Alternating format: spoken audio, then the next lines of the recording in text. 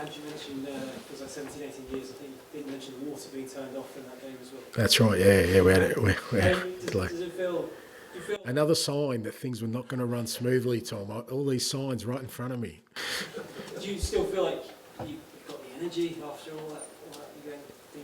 Not this morning, to be fair, but yeah, I do, mate. I still love it. I still love the challenge of it. I get, I'm under the pump, and I've been under the pump for a while now, but like I said, it feels like it hasn't been smooth sailing from the moment I've started, but I still love it. I still love the challenge of it. I still love the unknowns of it, and the possibilities of it. I keep saying I'm still really optimistic and bullish about what we're doing and where we're heading.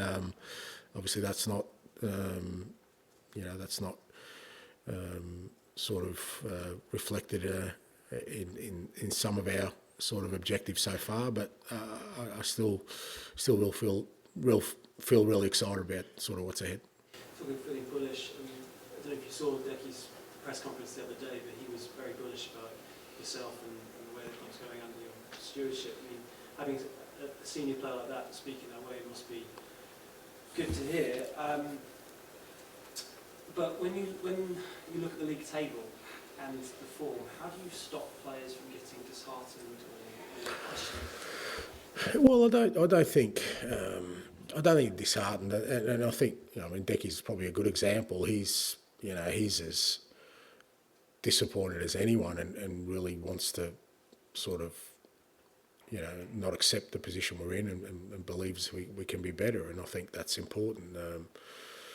I've never felt like the players are saying, "Oh well, we're just on a bad run, or we've got injuries," or they're genuinely disappointed with the way we're going in the league, as am I, and we can't accept it.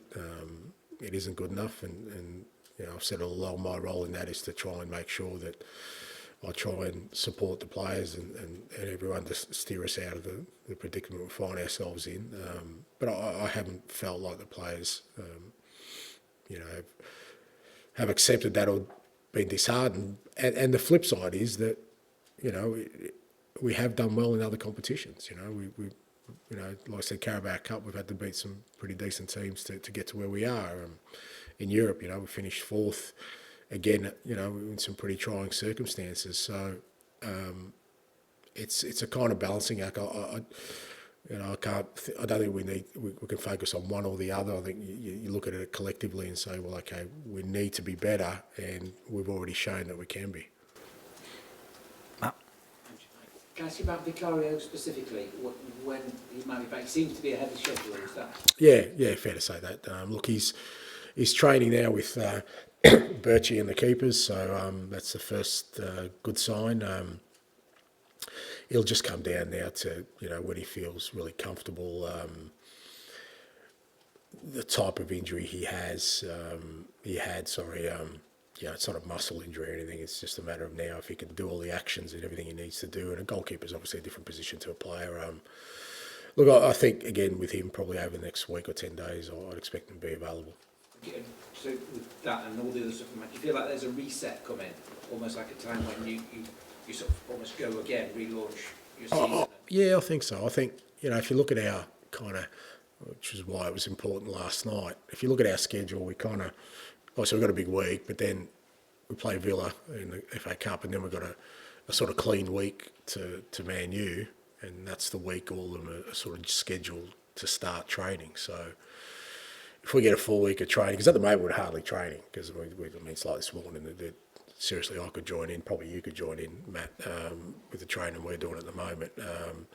And having a full week of training with those guys being available leading into the Man United game, I think it's a little bit of a sort of a point for us to then sort of relaunch our sort of campaign, particularly sort of in the league, but then the real big games of consequences in the cups also are coming around as well.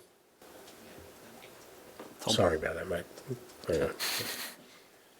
A few players who've come here have spoken about how sort of influential you were when you spoke to them. Is it hard right now to persuade players to join the Spurs, given the league position and the injury? Is that a challenge? It depends. It depends on sort of, what the players are looking for. I think, you can look at it two ways. You can look at it, okay, the league form's not great, but there's some pretty big possibilities to have success here in the last sort of 3-4 months. And it's still a big club. It's still, you know, a club that can challenge for honours. And it's whether you see, you know, the player sees the potential that, you know, we see right now, or certainly I see. But you know, I've often said that if it's too much of a sort of hard sell, it's probably not the right one for us. I mean, just in terms of, you've said a few times how there's, you know, the future of the academy players and the young players in the team means that, you know, in 3 or 4 years there'll be a really good squad here. But is there a kind of a balancing act here where the team obviously needs players now, more senior players maybe who are ready to deliver over the next 2 or 3 months? Yeah, again, it's about a balancing act of kind of where we're at and what we need right now, but still not sort of veering away from, we're still in the building process of a team and a squad. I mean, you know, it's the reason we signed Dom at the start of the year. You know, we felt we needed some experience. If you look at the guys who are out, you know, certainly getting Matters and Vicario and Romero back will help in that sort of seniority. So yeah, it's always a balancing act of what we need right now, but never losing sight of what we're trying to build. And that a lot of that depends on sort of the development of the young players too. You know, if they develop really quickly, you don't want to sort of, you know, close that door for them too. You know, so if Archie and Lucas are all of a sudden, you know, really becoming top players, I wouldn't want to block their pathway into, you know, becoming you know, really important players for us. So yeah, it's the kind of thing you kind of judge as you go along. Dave?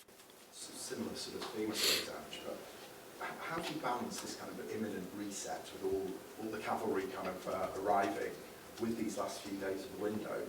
It just feels like you don't want to make a signing for the sake of it to sort of shut people up. Yeah, and you do. You need a bit of discipline there. The one thing I don't want to do is bring somebody in who, you know, is just going to be another body. I just don't think that serves any purpose, knowing, you know, what we've got coming in. But, you know, that aside, there's definitely a need for us, you know, has been a need, and that's what we've been looking for a player or two to help us with what's ahead. But they have to be the right types and fit in with what we're doing. And I guess that's the tricky bit. You know, plenty of players available, but are they going to be the right ones is the question for us.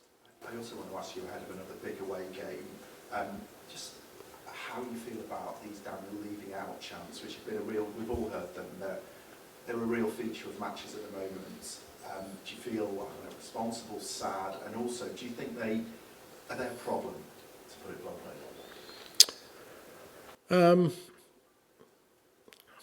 It's a bit harsh to say I'm responsible. It's not like I'm in the middle of it, sort of starting the chant.